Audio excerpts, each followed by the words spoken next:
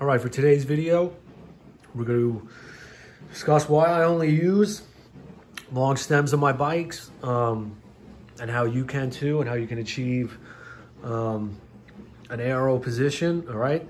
So as I said in my other videos, the best upgrade you can make to a bike, biggest upgrade, road bike, track bike, slamming the stem and getting a long one.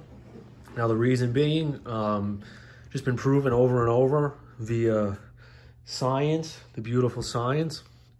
Been proven that this position is going to give you the most speed, able you to cut below the wind, all right, whether it's uphill, downhill, flats.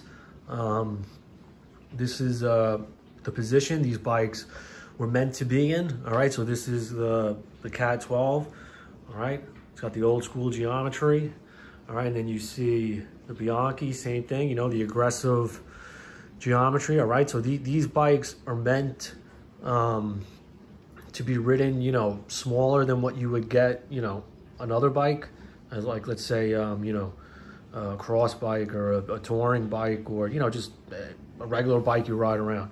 All right, these bikes are meant, because of the geometry and how they're set up, they're meant to be ridden. So I'm just about 5'10", but I have normal size 5'10" legs, but my arms are probably a little bit longer than someone who is my height. So this is a 54 frame, 140 stem. That's a 53 frame with the 150 stem. Now, conventional bike knowledge would tell you, bike fitted knowledge, you know, they would say, oh, you know, stupid to get such a long stem, it doesn't fit you properly. Like sometimes I'll bring these, you know, into a shop, and the guy will be like, oh, the stem's too long. It's like, yeah, bro, it's too long for you. All right, I've worked, you know, for years to get to this position. And as I said, this is not something you're gonna do right overnight. All right, I'm not saying cut the steer to put a long stem on and slam it. No, you're not gonna do that right away.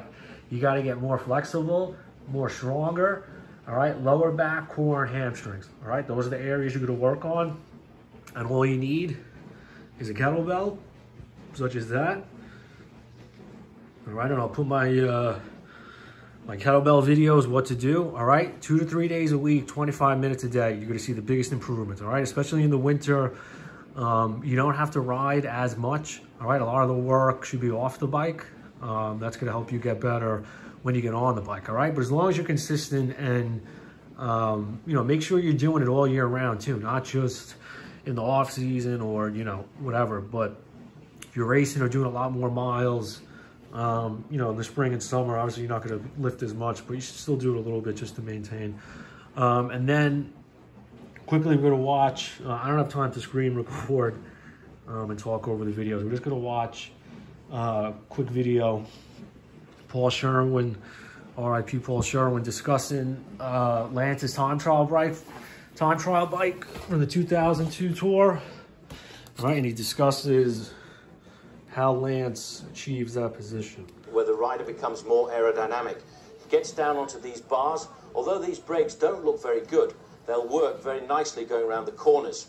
But this is where aerodynamics comes to perfection, right down here in the middle. And I spoke to Chris Carmichael, Lance's coach. He told me Armstrong had been working very hard on the abs and the back to keep him in that aerodynamic position for longer. Hopefully on the long drags uphill, he will gain time over all of his rivals. Well, perhaps more decisive. That's it. Heard it from the horse's mouth, right? Whatever you think about Lance, put that aside, because he was always way ahead with everyone with training. So again, this is not new stuff. This is stuff that's out there. You just got to search and try it out, all right? So, and as you can see too, the bikes just look better with longer stems. They ride better. But you know, you got to commit to getting yourself to that position, because like I said, that's going to be a lot more effective of an upgrade, getting yourself in shape and stronger and more flexible, than buying, you know, the $4,000 zip tubeless blah blah blah wheels, you know, the SL 87 frame. Like, that stuff's for customers, honestly. Like, you don't need that. And if you watch, I'm sure a lot of people saw the video with Froome lately. He was saying how, you know, you know, a lot of the newer stuff on the bikes isn't really up to par yet.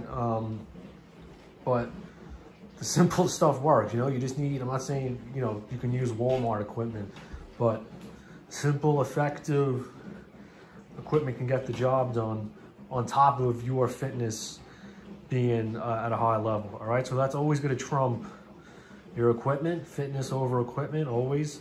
So again, spend anywhere from $50 to $150 on a new stem and the bike rides just completely differently, all right? Stems again. That's all we got.